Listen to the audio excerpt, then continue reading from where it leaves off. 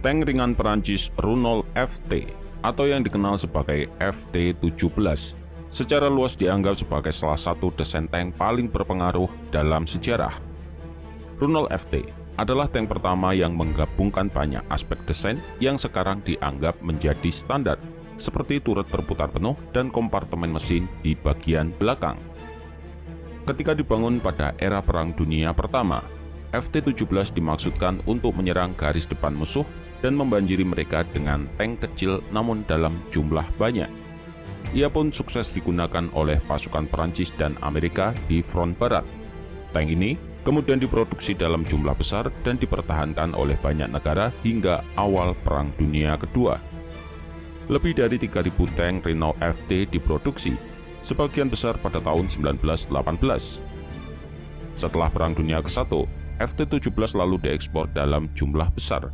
Salinan dan desain turunannya juga diproduksi di Amerika Serikat sebagai tank ringan M1917, di Italia sebagai Fiat 3000, dan di Uni Soviet sebagai tank T-18. Tetapi ia dianggap usang ketika digunakan dalam Perang Dunia Kedua.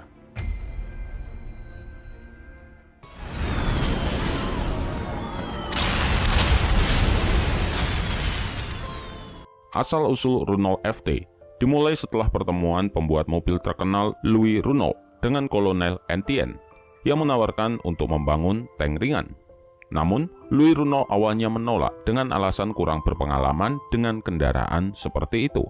Tapi sebagai seorang insinyur, ia tetap menerima tantangan tersebut. Ide dari Kolonel Etienne sendiri, alih-alih membangun kotak lapis baja yang rumit, ia membayangkan memiliki armada dalam jumlah banyak dan murah, dengan perbandingan 5 atau 6 tank ringan sama dengan harga sebuah tank Saint-Clement. Dengan jumlah yang banyak, maka bisa membanjiri pertahanan musuh atau konsep swarm of light tank.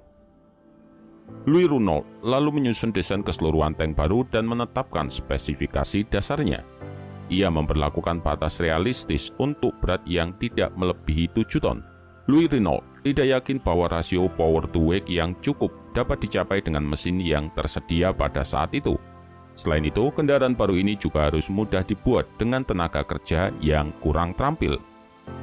Dalam rancangannya, Renault FT memiliki turret berputar, konfigurasi mesin belakang, pengemudi di depan, dengan operator turret sekaligus komandan tepat di belakang. Agar mampu menyeberangi parit besar, ekor belakang ditambahkan dengan besi. Alih-alih menjadi benteng bergerak atau penjelajah darat, Renault FT juga hanya dibekali dengan senjata ringan, tetapi dengan turretnya yang berputar, membuatnya serbaguna dan efisien dalam banyak situasi. Para kru akan mengakses tank melalui bagian depan, lewat palka 2 pintu, dan panel lapis baja penglihatan atas yang dapat dilipat.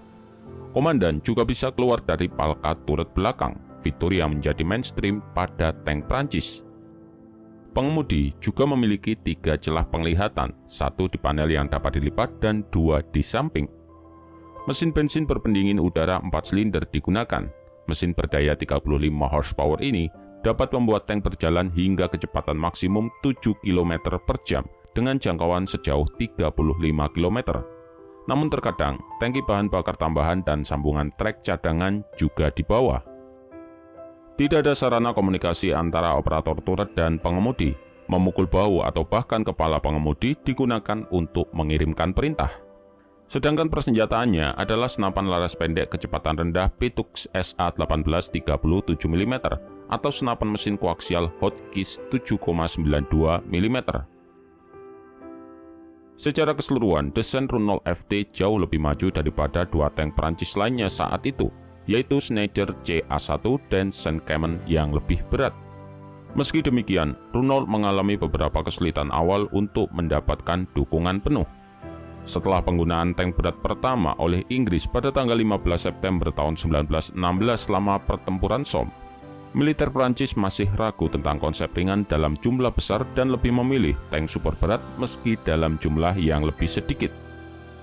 Pada tanggal 27 November tahun 1916, Kolonel Etienne lalu mengirim permohonan kepada Panglima tertinggi Perancis dengan mengusulkan untuk segera mengadopsi dan pembuatan massal tank ringan berdasarkan spesifikasi prototipe dari Renault FT. Kemudian, gelombang pertama dipesan pada bulan Desember tahun 1916 untuk pengiriman pada bulan Februari tahun 1917. Tetapi pesanan itu diubah dan kemudian ditangguhkan. Barulah pada tanggal 12 September tahun 1917, proyek itu kemudian disetujui. 84 unit Runol FT pertama dikirim sebelum akhir tahun 1917 dan 2.697 unit lebih sampai November tahun 1918. Ini adalah produksi tank terbesar oleh negara manapun pada saat itu. Tetapi ini juga menyebabkan masalah bagi Runol yang masih belum bisa memenuhi pesanan tersebut. Akhirnya, Runol menggandeng dua pihak lain dari pabrikan Prancis untuk membantu produksinya. Lisensi juga diberikan untuk negara lain dan industri Amerika berada di urutan pertama. Pemerintah Federal Amerika menerima satu tank dan berencana untuk membangun 1.200 lebih, baik untuk memenuhi kebutuhan Angkatan Darat Prancis dan Amerika sendiri. Perlu diketahui, jika tank ini ternyata memiliki nama-nama yang berbeda. Huruf FT seringkali diartikan sebagai singkatan dari berbagai istilah, misalnya seperti ini.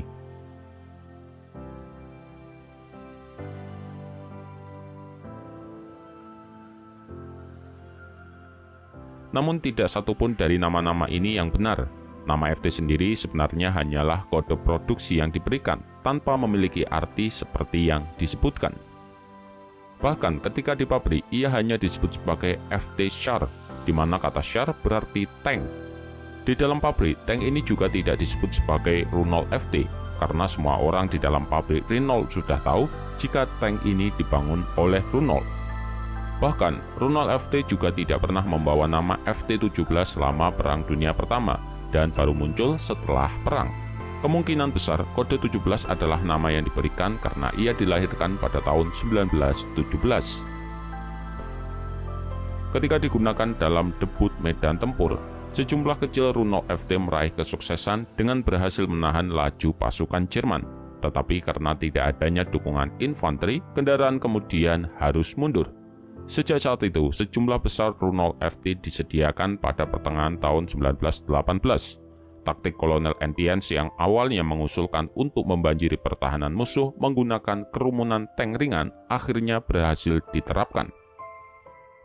Setelah berakhirnya Perang Dunia Pertama, Runol FT diekspor ke banyak negara seperti Belgia, Brasil, Cekoslovakia, Estonia, Finlandia, China, Jepang, Lituania, Belanda, Polandia, Rumania, Spanyol, Swiss, Turki, dan Yugoslavia. Mereka juga digunakan dalam konflik anti-Soviet seperti Perang Saudara Rusia, Perang Polandia-Soviet, dan Perang Kemerdekaan Estonia. Selama Perang Polandia-Rusia pada tahun 1920, banyak Runol FT yang kemudian ditangkap oleh Red Army, terutama pada pertempuran Berezovka. Pada tahun 1920, pabrik Red Sormovo berhasil meniru model ini dan memproduksi tank Soviet pertama bernama Comrade Lenin Freedom Fighter. Pada akhirnya, pengalaman ini mengarah pada pengembangan tank T-18 yang sebagian besar dipengaruhi oleh desain Runol FT. Meski dibangun untuk Perang Dunia Pertama, namun Runol FT juga diterjunkan dalam jumlah terbatas selama Perang Dunia Kedua. Prancis bahkan juga masih menggunakan tank ini dalam jumlah yang lumayan banyak saat itu. Namun setelah Jerman berhasil menduduki Prancis, Wehrmacht menangkap sebanyak 1.704 unit Runol FT. Tank ini kemudian dicat ulang dan digunakan sekitar 100 unit untuk pertahanan lapangan udara dan sekitar 650 unit untuk berpatroli di Eropa yang diduduki. Beberapa di antaranya juga digunakan oleh Jerman pada tahun 1944 untuk pertempuran jalanan di Paris. Tetapi saat itu, tank tersebut memang sudah ketinggalan zaman.